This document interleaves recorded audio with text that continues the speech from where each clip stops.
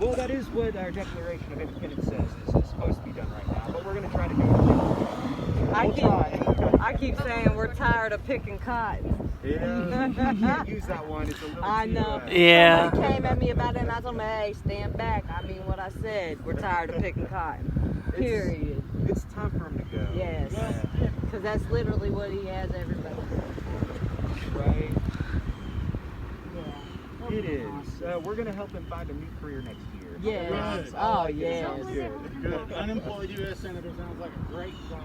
Watch how they start to push for those unemployment benefits to come back. Oh, yeah. And Oh, you know, then they'll want some money. some lobbying. Uh-huh. Yeah, don't go work as a lobbyist. Somebody else that we need to get on the radar. Yes. Call it the Arctic Shrew.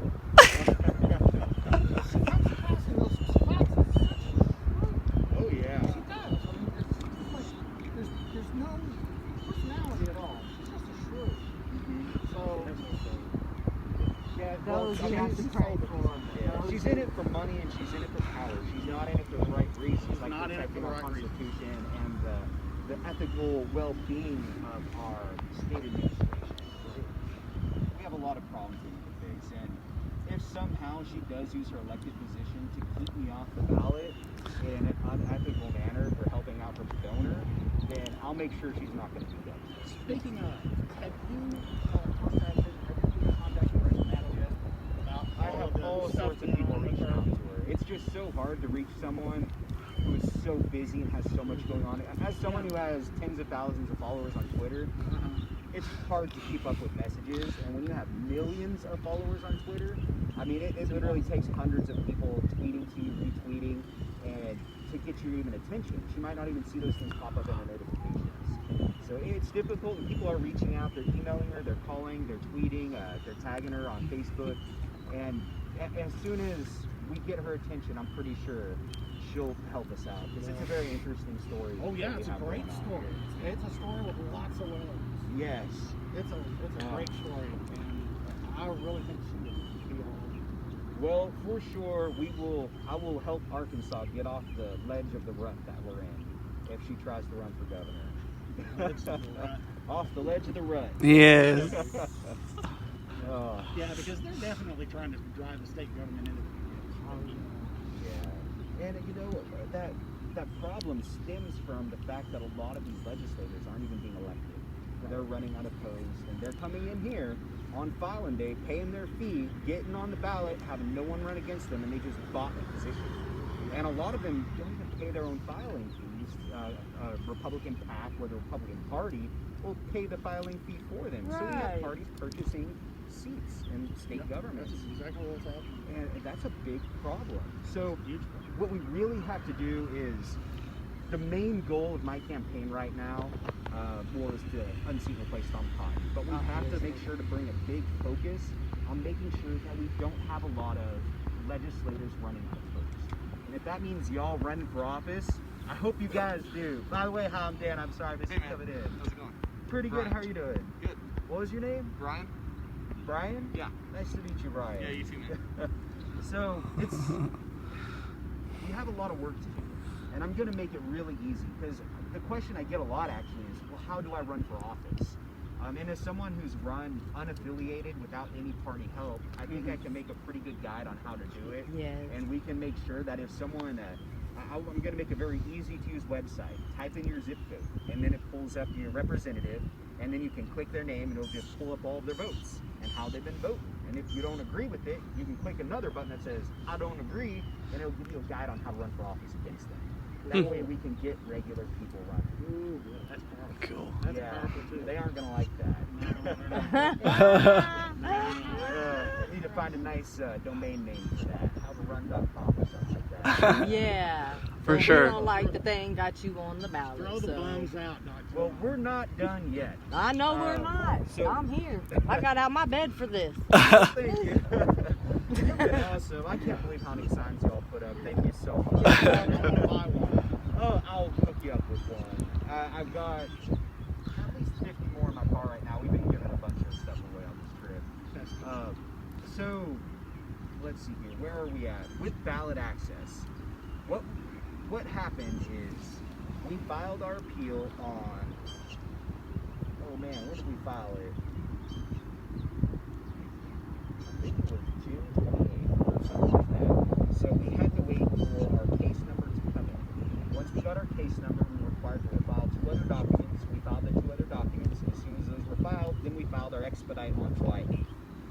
On July 20th, 12 days later, the Attorney General filed their opposition to our expedite. So they waited 12 days to try to get rid of our expedite. Immediately following that, the U.S. Attorney General William Barr came here to this building and met with Tom Cotton and Leslie Rutledge. The next day, an administrative panel of judges of the 8th Circuit had nothing to do with my case, just some random administrative panel. I don't know who assigned it. I don't know if Barr has anything to do with it, but they voted to, or they didn't vote, they gave permission to approve the opposition to our expedite, turn our expedite down.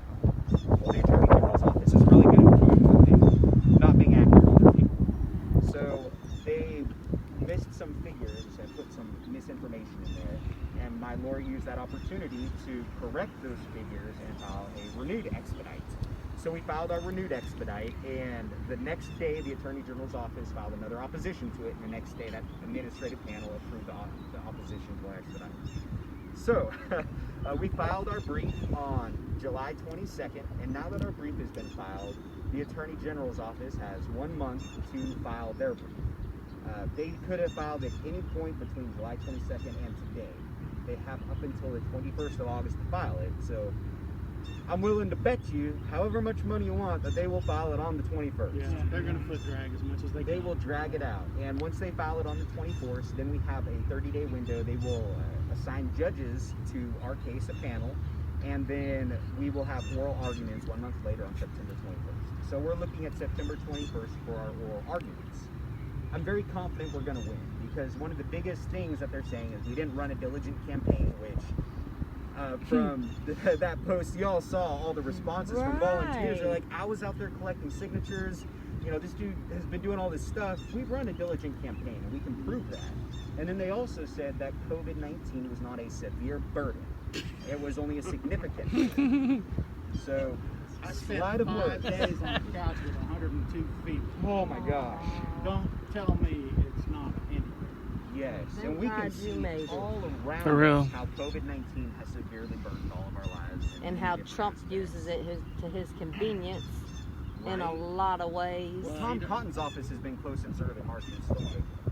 So. Yeah, we tried to get him one day. He won't Sturgis come is going out. on right Oh now. my God. Yeah. There'll be a lot of used Harleys on the market next month. Yeah, Tom Yeah, I Cotton. saw that won't picture. come. Wow. Tom Cotton won't come meet with us like you have. He's actually here right now campaigning in Arkansas with school boards. Yeah, I saw that. Oh. He's Well, talking maybe about school we should boards and go how they see need to open Tom. our schools and put our children in those COVID. I saw that video clip from the woman who took him to task about the ACA. And he didn't ask a question. Absolutely what not. What kind of health care coverage is this? Because Congress, members of Congress, everything's covered. Well, what we need is Medicare for all, and all of our Congress needs to be on Medicare for all as well. Exactly. All the Everybody needs to be on the same system. That's Exactly. what you call a democracy. Yes. Yes. So, but real quick, where we were, so oral arguments September 21st, and if they deem that COVID severely burdened us, which we all know they did, Yes. which they probably will, which is why the Attorney General is dragging their legs, because they know if they drag it out, then we'll win our case on September, at the end of September.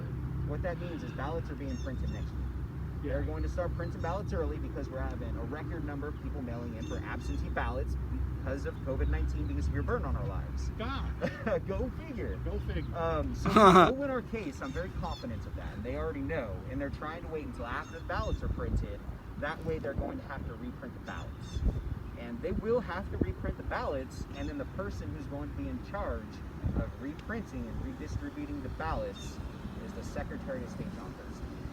So that's their plan, and that's what they're trying to do. So as long as we can publicize and document everything that's going on, and make sure not just our Kansans know what's going on, but the rest of the country and the Yep. world, Right. then My friend from Vegas just signed for you today. oh, that's so awesome. So it is not a legal document, the petition I'm circulating. It's just showing public pressure. It's showing that we have support and that people do want a choice. Right. So thank you for signing that. I You're appreciate it. I welcome. know Yeah. a lot of libertarians.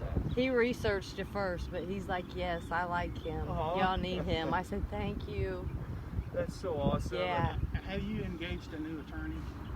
No, sir. No. The guy who deserted you for the Libertarian, you haven't replaced him yet? So what happened was I had two attorneys. I hired James Linger. He's out of Tulsa, Oklahoma, and since he's out of Oklahoma, he's not registered to represent in the Eastern Arkansas District Courts. Mm-hmm. So the guy who he had worked with before to help the Libertarian Party get their ballot access, he used the same guy because they knew each other, and he is a Libertarian. And you know, they said they would work for me. It's their job, and they wouldn't be biased or anything.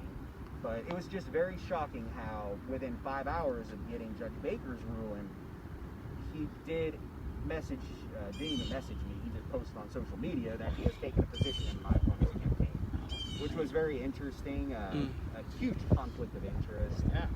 I don't want him to lose his job because he's not a bad man. He has a young kid, and Yeah, but it is not cool, and he has nothing to do with the party. We kept James Linger on. He's been practicing law for 40 years. He's won several ballot access cases here in Arkansas, such as like the Libertarian parties and helping other candidates.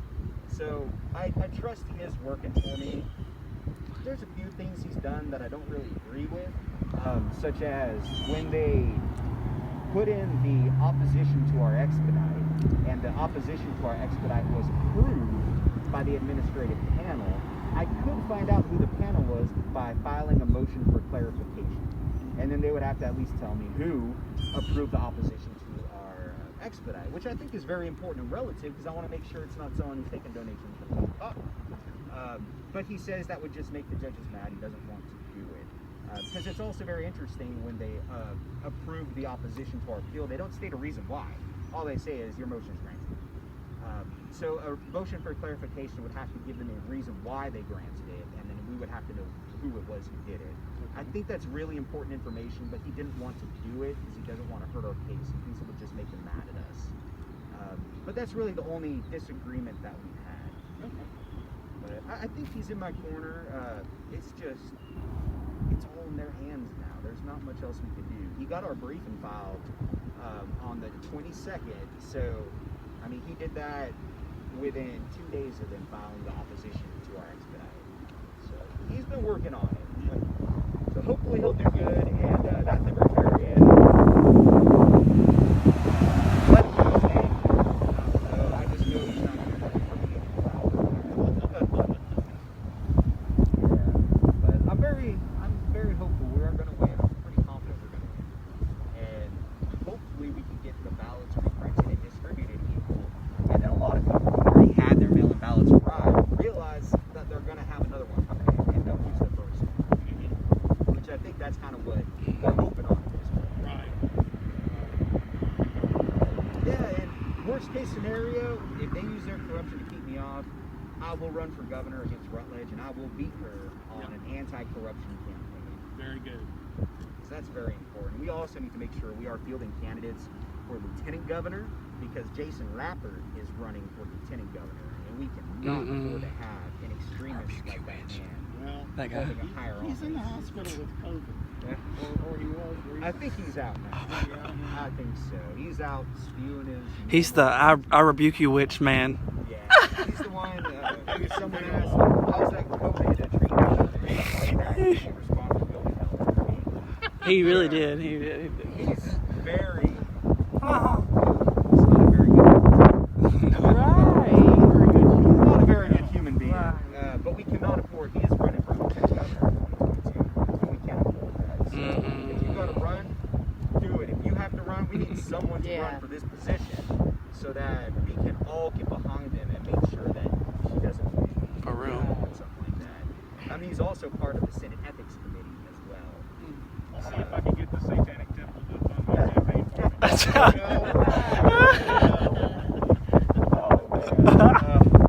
Ask him if they also recommend abortions. Oh man! And you know, I That's better than was in El Dorado just before Hot Springs when I came out here, and we met at the Confederate statue. And wow, I was really surprised. Fortunately, our Confederate statue does not have the same literature written on it. It says on it, I'm trying to think of the exact quote, but basically it says, "We will not be forgotten, we will rise again," on it, which is basically true. So I'm really surprised that that statue is still standing, and they are working really hard to get that statue removed.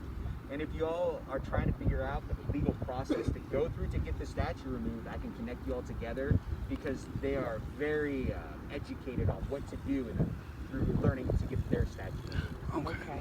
And because that's how we're going to get it done, is the Yeah. legal process. Yeah. So we need to get you all connected so that you can ask them what exactly needs to be done to start getting the steps moving.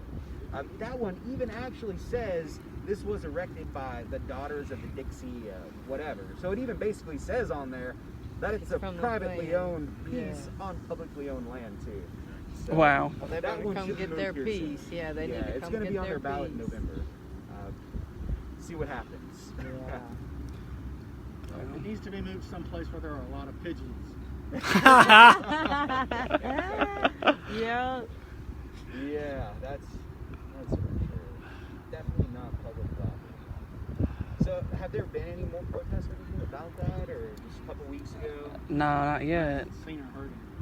Yeah, what an experience that was. It was very interesting. I don't know how many of y'all were able to watch my live stream to kind of see what they were saying over there. A little bit. I did. But it's just very interesting, and it seems like a lot of people that were over there were just very ignorant of what was going on. They really didn't know. They just watched the YouTube video and believed whatever was said. Exactly. So we need to work on education. I think Absolutely, that's critical. education is going to be the biggest help towards helping these people understand what these statues really are and why they do it. Right. And that's all we do is bring awareness. Right. Yeah, y'all are awesome. I was so lucky to spend that afternoon with you guys and see everything behind the scenes. I'm glad that it was the way it was, and of course nothing got violent. Look, all the parking placards back. Weapons.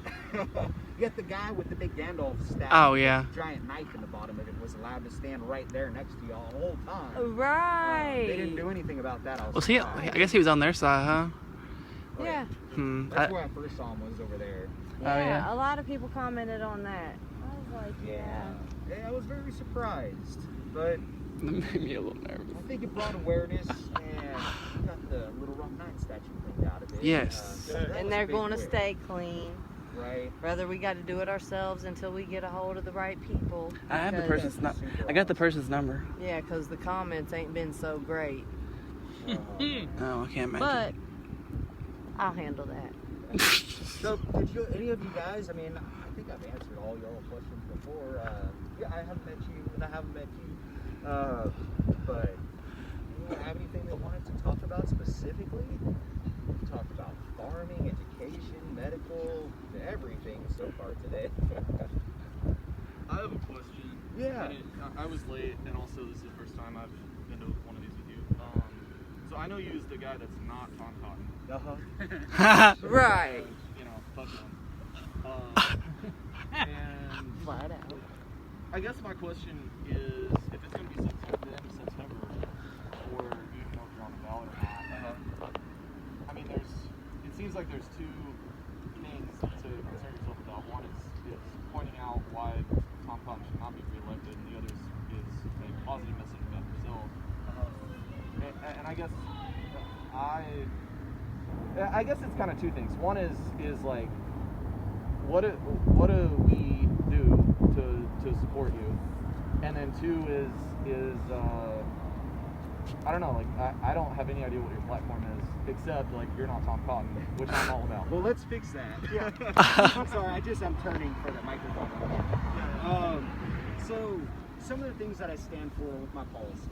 Number one, the reason I'm running, I'm a regular working class guy. Yeah. I've gone through so many different struggles in my life. I've lived on a lot of the programs that a lot of Arkansans really rely on as being one of the poorest states. I've paid the high taxes. I've worked minimum wage. I've worked as a as someone who collects tips for a living and for less than minimum wage. I've been on Medicaid, I've been on WIC, I've been on SNAP. I understand the bureaucracy involved in it and how important it is, especially when people need it.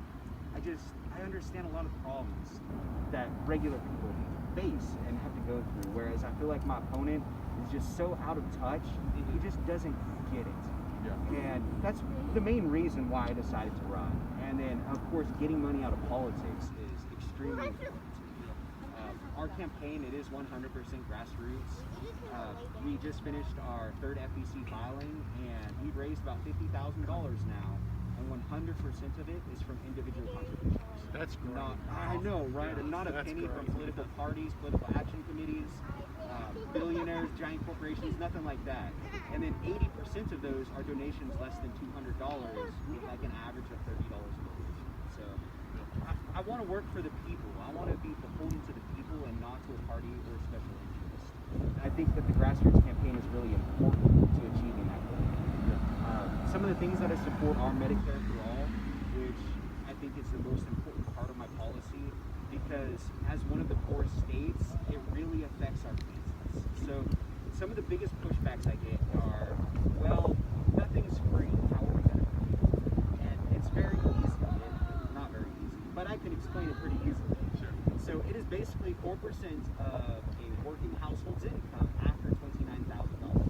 What that means for Arkansas is with our average household income being about $40,000, subtract 29, so that leaves you with 11. 4% of that is $440. So the average Arkansan family will pay $440 a year to have medical, vision, and dental insurance, which is, that's huge. It does include capping prescription drug costs at $200 a year. So if you get your first prescription in January and it's more than $200, you pay $200 and the rest of your prescriptions for the year free, which is really important for our senior citizens who, I was a cable guy for 5 years, and I've walked into houses and been talking to people fixing their stuff while they're sitting at their table cutting their pills in half, and then those halves into quarters because they can't afford to refill their prescription. Which is something that no person should ever have to do, spending their entire life working for our society and doing everything that's right just to get old and then not be able to afford everything. I have one of the big problems with our the elderly people in our society is a lot of them believe that Social Security was supposed to be their retirement. That's what they were told to think. But Social Security was made to be a supplement, and it's just not enough to live on. You can't live off $1,200 a month. There's $600 a month, depending on however much you're getting. And we really have to focus on them. Right now, a lot of people feel like the way that we need to judge how great our society and how great our nation is, make America great again, is by the economic growth of the richest 1/10 of 1% of people. As long as billionaires are making hundreds of billions, everything's okay. But what we really need to be focusing on is how we take care of the most vulnerable among us and how overall our health and happiness is as a society. When we start taking care of, like, especially the homeless, we have like 500,000 homeless families and 17 million vacant houses in America. What's the science from putting a homeless family in a vacant house? Well, I paid for my house. If I did, they should have to too. Well, that mentality, it's not fair, isn't going to help anyone. And we get that a lot, the pushback with eliminating student debt from people. Well, when I went to college, I worked and I paid my way through college. Well, you're super awesome. Thank you for being a contributing member of your society 30 years ago when it was $5,000 to get a degree. Right. But today, that's not even a semester. And our minimum wage is basically the same. And times are changing. I understand it's not fair. I'm sorry.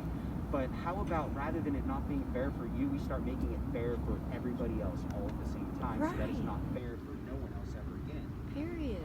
And it's just hard to get these kind of mentalities across. But the more we talk about it, I think the more open to it people are going to get. But that's Medicare for all. It's really important to me. And I guess just on contrast, for like a middle class family that's making $100,000 a year, you're looking at 100,000 minus 29, 4% of that is roughly $238 a month. So if you're making $100,000, $238 a month. My wife and I, we don't make $100,000, and we both work at JB Hunt.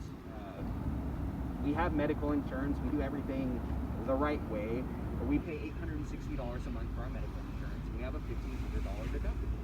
So if we want to go see a doctor, we're still paying $150 out of pocket, and if we can't afford that because we have to buy new tires or our windshield breaks or something happens, you don't go see a doctor when you're sick. Right. And we're doing everything Right. And I mean, that's not even getting into bankruptcy and how many people lose everything when they get sick. I could talk about Medicare for a while. Some of the other things I support, I do support the federal decriminalization of cannabis and nationally expunging cannabis-related convictions. And I think that's really important as well because we have so many nonviolent offenders filling up jail cells. And the only reason they want it that way is because we have profit prisons that are getting paid for keeping these cells full rather than rehabilitating people and emptying them out. And we see that predominantly in minorities. It's terrible. We have 5% of the world's population, but 25% of the world's incarcerated people. And Arkansas is we're ranked 4 in the amount of people incarcerated per capita. And it's really terrible. We just approved $169 million to build a new profit prison for LaSalle. Right. That was 500 people. $169 million for 500 people. All you have to do is just expunge 500 nonviolent possession charges, and right away you saved $169 million. Right. And that's just common sense. That's stuff. common sense. And when we live in a country, or I'm sorry, a state in Arkansas here, where 1/4 of the kids, 25% of the children here are living in poverty, going to bed with hungry stomachs, we can put $169 million into making sure every single child in Arkansas gets a free school lunch. And we could afford that with something like that. I mean, it's a huge problem. It needs to be fixed, and it's really important that we can get to that. That's not even going into being a kid making this mistake, depending on what state you're in, and having a felony that follows you for the rest of your life, and you can't get a good job because maybe your buddy rode in your car and dropped the seed in the floor bowl, and now you have a felony. Right. It's just crazy. Yeah. I mean, my policy list, if you go to my website, there's a lot of stuff on it. Yeah. Law enforcement reform, of course, is extremely important. Immigration reform. The Green New Deal and addressing climate change. That's one of the most important things we'll face as a species. That is a particular opportunity for us right now. With 40 million people unemployed and climate change being on everybody's mind. We need a program to move those people from the jobs that may not come back Yeah. into jobs that will produce green energy. We That have to is get gonna on do- sustainable energy. And what a lot of conservatives like to say to that is, well, if we remove the reliance on fossil fuels, then we're going to lose millions of jobs. What they don't talk about are the millions of jobs we create in the process that have higher wages, better benefits, and less hours. And it's not millions of jobs in the petrochemical. Oh, no. It's millions of dollars. Yes. Something to share. Yes, sir. In his inaugural address in 1937, Franklin Roosevelt said, "The test of our progress is not whether we add more to the abundance of those who have much. It is whether we provide enough for those who have too little." That's a quote that I'm going to need to memorize. I like that a lot. And that fits in a lot with what I'm trying to get out. I thought you would like it. Yes, sir. Thank you. But I mean, what I would say is, well, actually here, I suppose I could probably make it actually even easier. On the back of my card has some of my platform, but if you scan the QR code, it takes you to my website. Or just on the other side, replacetomcop.com. Or give me a call. I always answer my phone. I talk policy all day long. And especially with how much driving I'm going to be doing. I don't mind at all. It keeps me awake. No problem. What's the action step? Like what can we be doing to support? I know What do we need to do to help you right now? I'm Right in such now. a delicate situation where I can't offend the judges. Nicholas Brony he's our Solicitor General, works for the Attorney General, and he's the gentleman handling my case. He's the one who files all the motions and writes them up and things like that. When I put out a call to action to have people let him know what they feel about what's going on as concerned constituents, he got 140 emails overnight, and then they contacted my lawyer the next day and told me to look into that right now, where they're going to file a harassment suit against me. Yeah. Yeah, we emailed. But it's public information. I That's what I'm understand why saying. giving someone's state email is bad, but It's hard. I'm in a position where I can't tell anyone what to do per se, but I can say that you do have elected representatives, and it is their job to listen to concerned constituents. I would, at some point, if we need to, if it's even possible, to organize all across the state to have, different, not protests, but demonstrations, wanting a voice and wanting a choice. I would love to do something like that, but a call to action like that takes a lot of work, it takes organization, and it takes people experienced in doing things like that. And I just don't have anyone on my team who's experienced in putting something like that together. But it would be really amazing to see even 100 people in, say, Fayetteville has a lot of progressives, Portsmouth, Texarkana, Little Rock, Jonesboro, some of the bigger cities.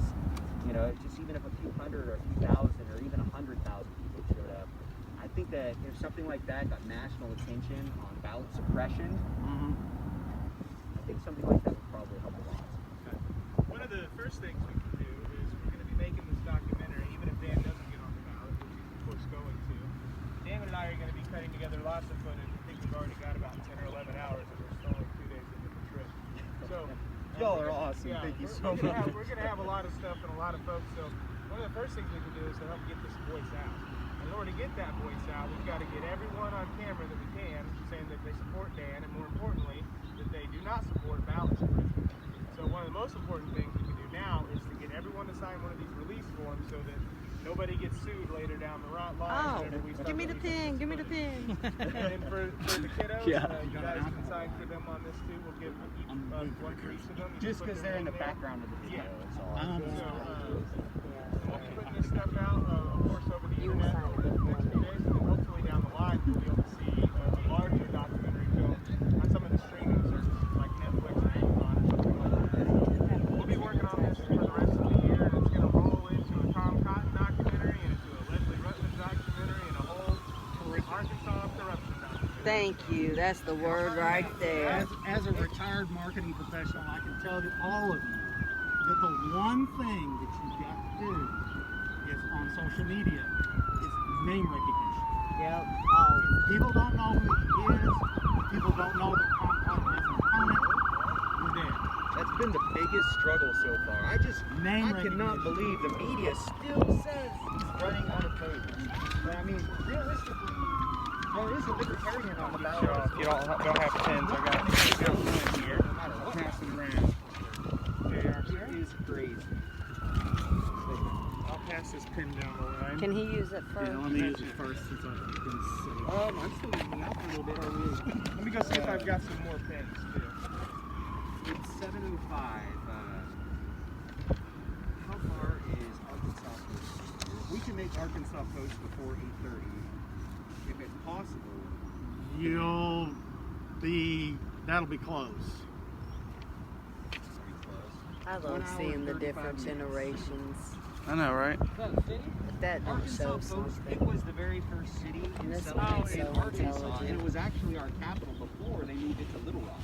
Actually, this isn't even our original capital. This is our second capital. Our original capital is down on the river by Little Rock, over by where that amphitheater is. And it's really crazy because actually down in that capital, we had a knife fight in the Capitol during session, and someone got stabbed to death by the majority leader Oh, man. with a Bowie knife. Crazy. Over It already has my Whitfield. name on it. Oh, but you haven't gotten to the Brooks-Baxter War of Grant, 1874. No. The cannon that's on the grounds at the old State House was set up pointing down Center Street. An old Confederate cannon that they unspiked and pulled out of the riverbank and cleaned it up and got it functioning again. And the people that were occupying the State House said, "Come get us." Oh. Oh man. Yeah, there's a lot of really cool history on Arkansas. Yeah. Really cool state. Like Little Rock, the actual rock that our city is named after, is down there by the amphitheater. What's left of it. What's left of it? They They've demolished been most taking of it apart. to put in the Rock Island Rail Bridge. It's something hard to write on. If you didn't know, it's a cool place to check out. Just saying, go stand here. I'm at Little Rock. I'm at Little Rock. Oh man. That's a great idea. Go down to the Little Rock and have shoot a bunch of people saying, "I'm voting for Dan." I don't know where